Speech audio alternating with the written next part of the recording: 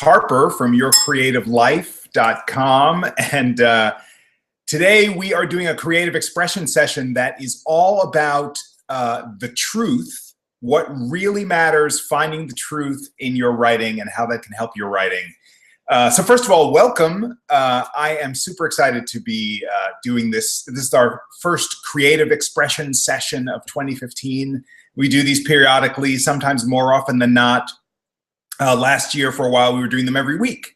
And we slowed down a bit for the best news, and that is that I am the executive producer of my own web series, which has been really an amazing journey that started last year sometime. The web series is called Send Me, and it is about a woman a black woman who can send black people back in time to slavery, sort of as an extreme sport. And if you want to know more about that, you can go to sendmebacktoslavery.com, which is our website. And there's information about from the crowdfunding campaign and also about the shoot that's coming up in February. So we are in the midst of pre-production, and I barely had time to think about creating this call, but I did want to continue to put out the word and to be of service and to connect with people like you who are out there interested in working on scripts and are working on your own scripts. So that's what this is all about. So for the next 30 minutes, we're going to be talking a little bit about that, about finding the truth in your writing. So let me just tell you that, again, I'm Steve Harper. Yourcreativelife.com is the website. I am a writer.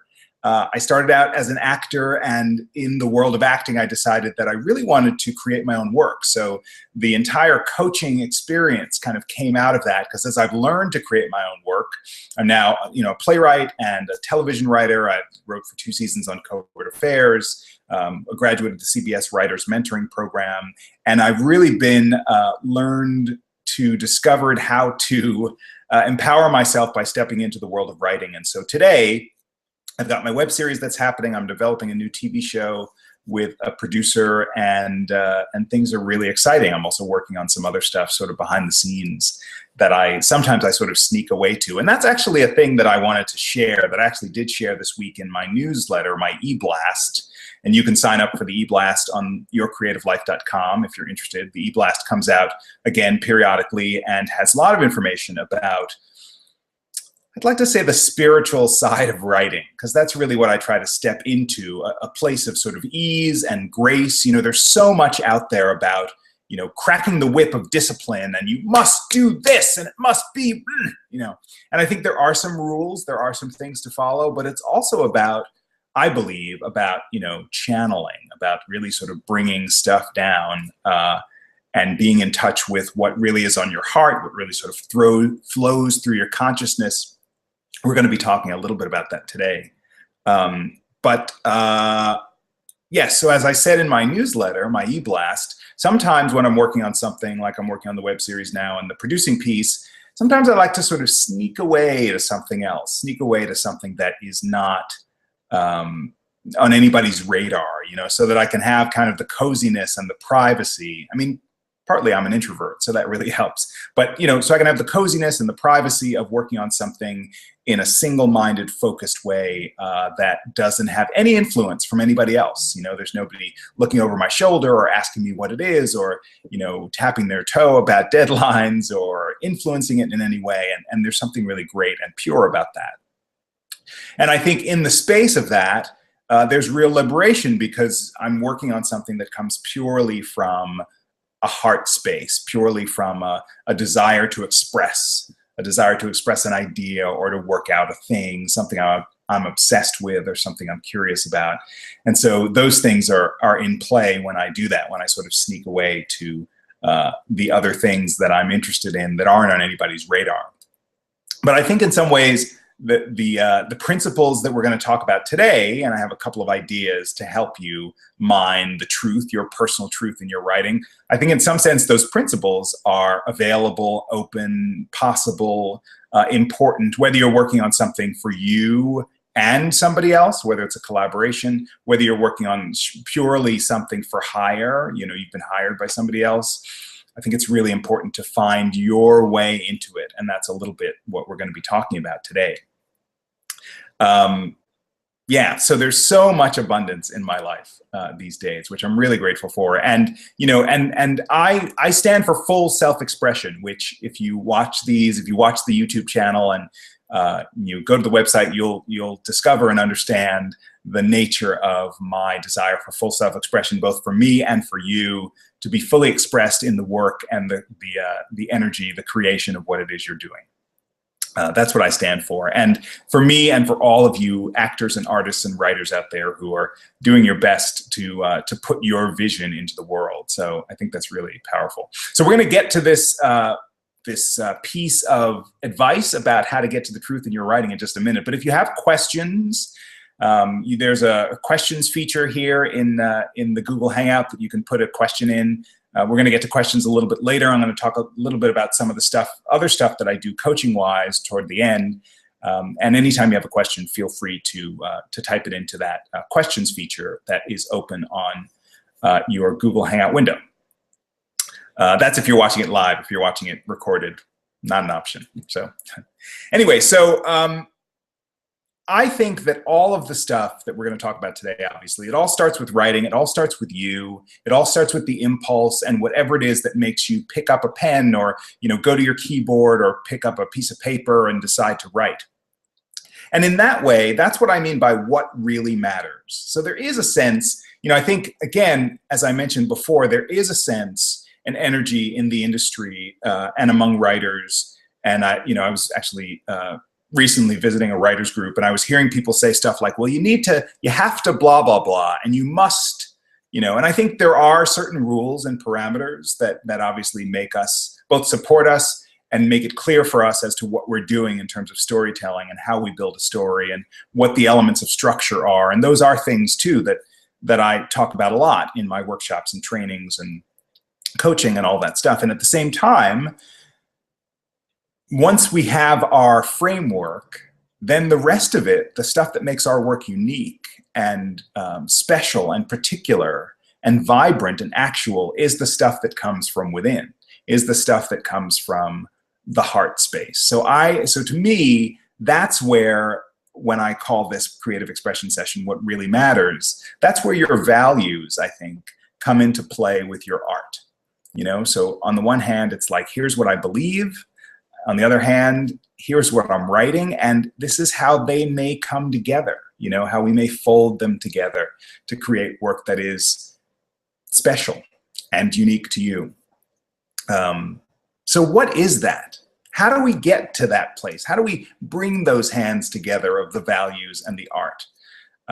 Well, I think there are a couple of different ways to do it, because the real question is, and I think this is a question everyone can answer, the real question is, what matters to you?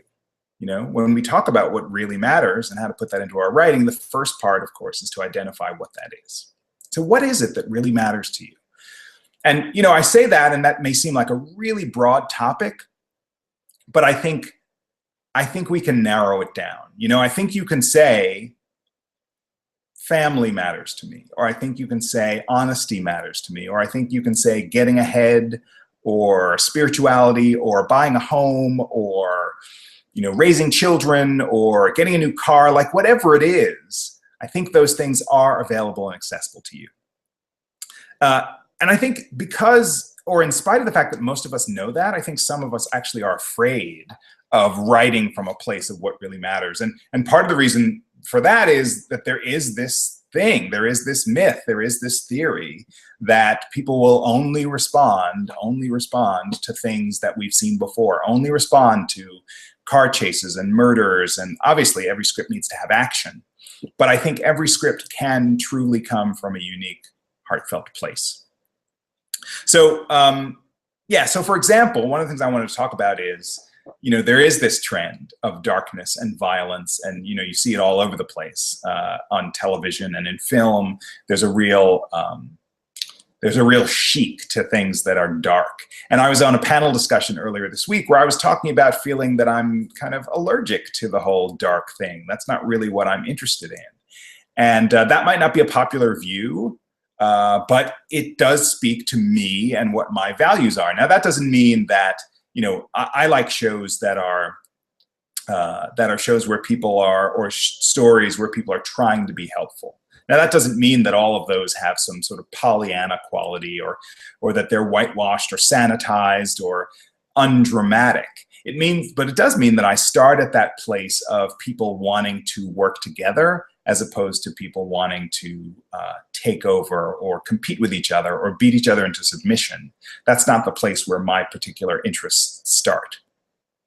Yeah, so for me, I think that kind of sensibility, I've talked about this a lot, is really key to my work. And it's a way to isolate what it is I want to write about, what my core values are, and what interests me. And I think that that's the space that I really urge you to come from in your unique voice with whatever it is you're working on. So I've got 3 ways that you can connect and use this sense of what's valuable to you in order to move ahead in your writing. And the first way is, I want you to take a moment right now. This is an interactive exercise. So take a moment right now to close your eyes, just for a moment. And I want you to envision what matters to you. Just take a moment to envision what matters to you, whatever's swirling around, whatever you come up with. Just take a look at that. It might be a person or a feeling. It might be a situation. It might be an energy, a kind of something, a kind of story, a kind of event. Only you know. And that's the key. You have the key. So think about that. So once you've done that, you can come back, you can open your eyes. And I want you to grab a piece of paper. I didn't tell you before, but that's how interactive this is, at least in the moment. And I want you to write that thing down, whatever it is you came up with. I want you to write it down. Whatever that thing is that matters to you. Good. So now that you have it written down, I want you to, in the future, take some moments, every moment you can think of, every moment you can take some moments to envision and brainstorm an expansion of whatever that is, right? This can be the basis for creating a story for you, right? So for example, I talked about how I'm really interested in the many ways people might help people. So that might mean that next time I'm brainstorming a story, I might start with a helping kind of person. I might start with, I don't know, a doctor or a priest or a nurse or a therapist or maybe a police officer, or like I'll start from the core of somebody who is in the space of wanting to help somebody else. So that's the beginning of me building a story. And whatever it may be for you, if you said, for example, like I'm really interested in family, then you might begin to brainstorm about what kind of family experience, what kind of family story, what kind of family drama you might be interested in. And you might start with a character then, or 2 characters, or however it is. It might be a non-traditional family or a traditional family, but you know that that's part of what your theme is because you know that that's what you care about. So that's one way to make use of this, right? To envision and brainstorm around what it is that matters to you, and then to begin to write down all of the impulses that come out of that. And again, what I want to say is that's useful about this. I've had the experience, and many people out there have, where an agent or a manager or somebody of authority says, I think you ought to write a blank. You ought to write a thing about this.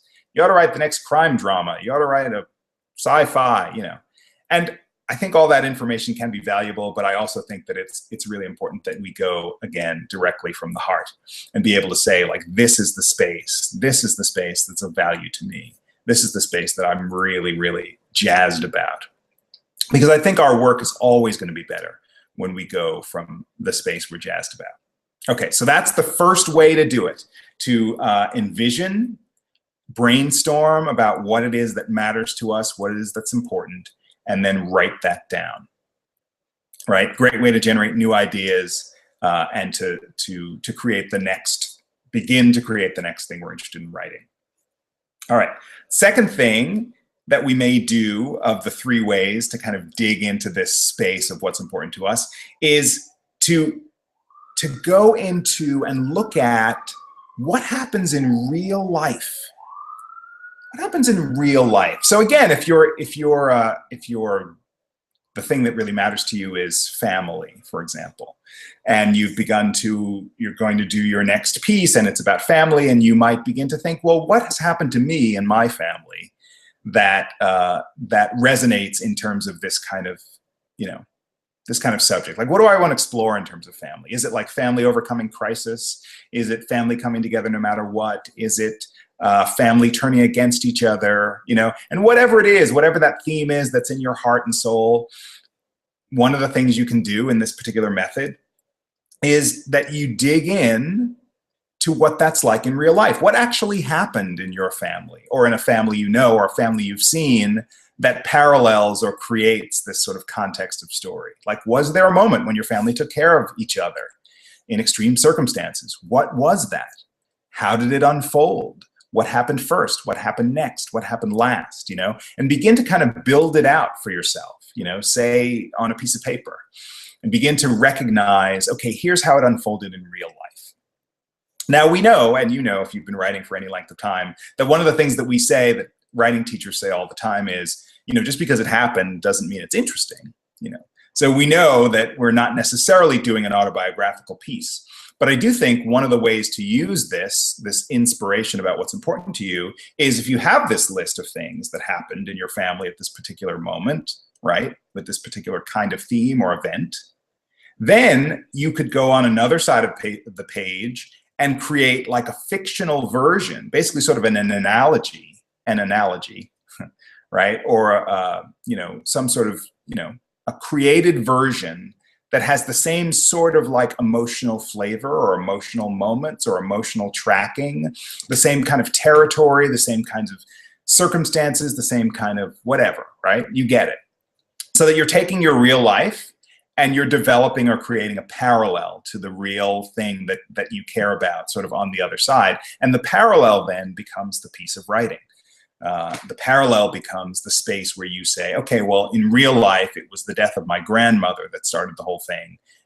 In my fictional world, it will be, an explosion of a family building, and it'll basically be the death of this building that would like help fund this family and keep them solvent and thriving, right? So you create sort of a one-to-one kind of thing, and you fictionalize step by step by step by step, based again on what's important to you, what the value is, and what really matters to you, which is this story about family overcoming adversity. So I hope you see how that begins to resonate.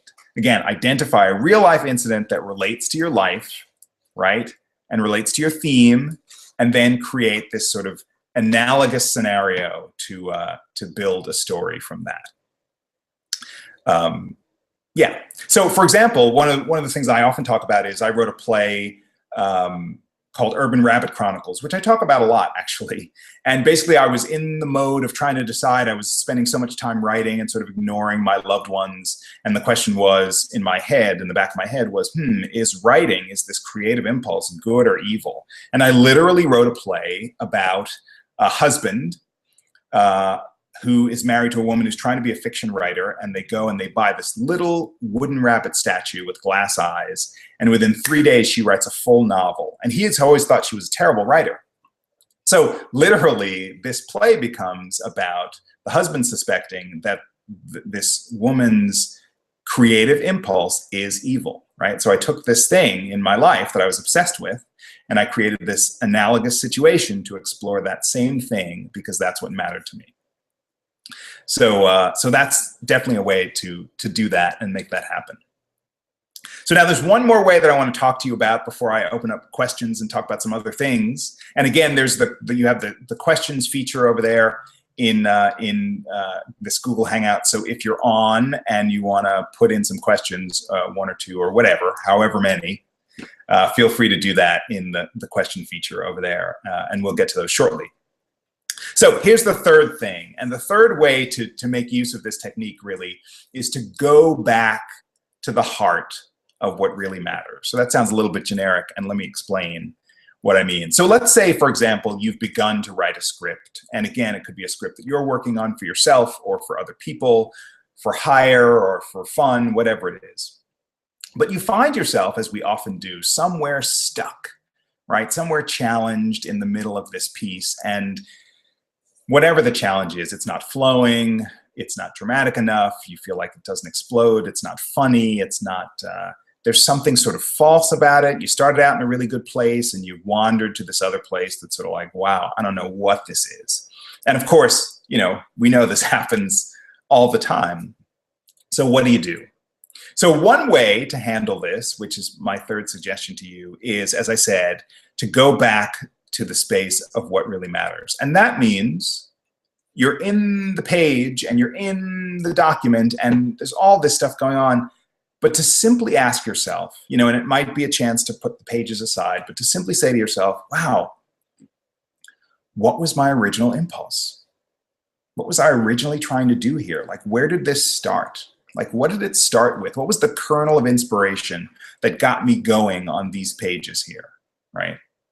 So that's the question you can ask yourself. And when you begin to do that, you begin to look at the original inspiration, the original idea, and you begin to see whether or not the energy of what that is or what that was, whether it's like how my family is going to triumph, or whether it's like how people help each other, or whether it's how people push each other out of the way, or whether it's hope for the future or no hope for the future.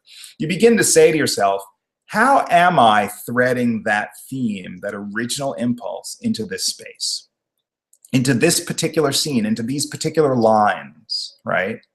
And you begin to really ask yourself that. You begin to really match up this vision that you had at the beginning with the art piece you have at the end, and you try to sort of thread it through, and you start to ask yourself questions like, what was the original impulse? Maybe what really happened in real life? How can that impulse, are those themes present in this scene? Is there something that is related to that original impulse that can pump up this scene or make this scene deeper or better or funnier or more interesting? And you begin to sort of massage that. You begin to say, oh yeah, you know what? Maybe if these two characters are arguing about, a family member, and one of them is really concerned about helping that family member and the other is on the other side, maybe that's what the subject is. And if I bring that in, then that might massage or undergird or support my theme of family helping each other. And you just begin to do that with the script. You just begin to ask your original impulse, almost like it was a person. Ask your original impulse, like how it wants to be manifested in these pages or in this scene or in this moment. And then you see what happens in terms of what spark that might bring, what energy or life that might give to a particular scene or a particular document or script. So ultimately, I think, one of the things that often happens with us, is, again, this sense that we imagine we're competing with the world. If blah, blah, blah screenplay won an Oscar, or blah, blah, blah TV show won an Emmy, it's really easy for us to say, well, now I'm competing with that show. Now my show's got to be better, more unique, more dynamic, sharper, cooler than that show. And I think what's really important, as far as I'm concerned, that I both remind myself and the people I work with, and obviously you guys, is that what makes our work unique is us. Like, we're already the unique factor. Like, there's nothing I have to do. Obviously, I have to find a way to sort of translate all of that onto the page. But it's my uniqueness, it's my inner uniqueness, what I'm excited about, what's important to me, what's valuable, what I love, what I can't wait to share. Like, that's the stuff that makes my material unique. So rather than looking outside and saying, oh, I've got to have a zombie, I've got to have a monster, I've got to have a bank heist, to look inside and say, I've got to have whatever these things are that are my values, that percolate throughout my being and my heart and my soul and my head and my mind. Those are the things that I need to encourage and coax onto the page, however often, in however many ways I can possibly do it. So again, those three ways to deal with this sense of what's really important, what really matters, and to get them on the page are, number one, envision and write it down. Envision what's important to you and write it down. That's number one, right? Number two, create an analogy for events in your life or that you're related to that really express this theme that you're obsessed with or that is really sort of on your heart. And number three is return to your original inspiration when you get stuck. return to your original inspiration, and begin to see how that original inspiration can inspire and spark and challenge and enliven the work that you're doing. So those are the three things to take what matters to you, what really matters to you most, and have it spark and enliven and animate your writing process. So any questions? If you have questions, again, put them in the chat feature, and I'm happy to answer them.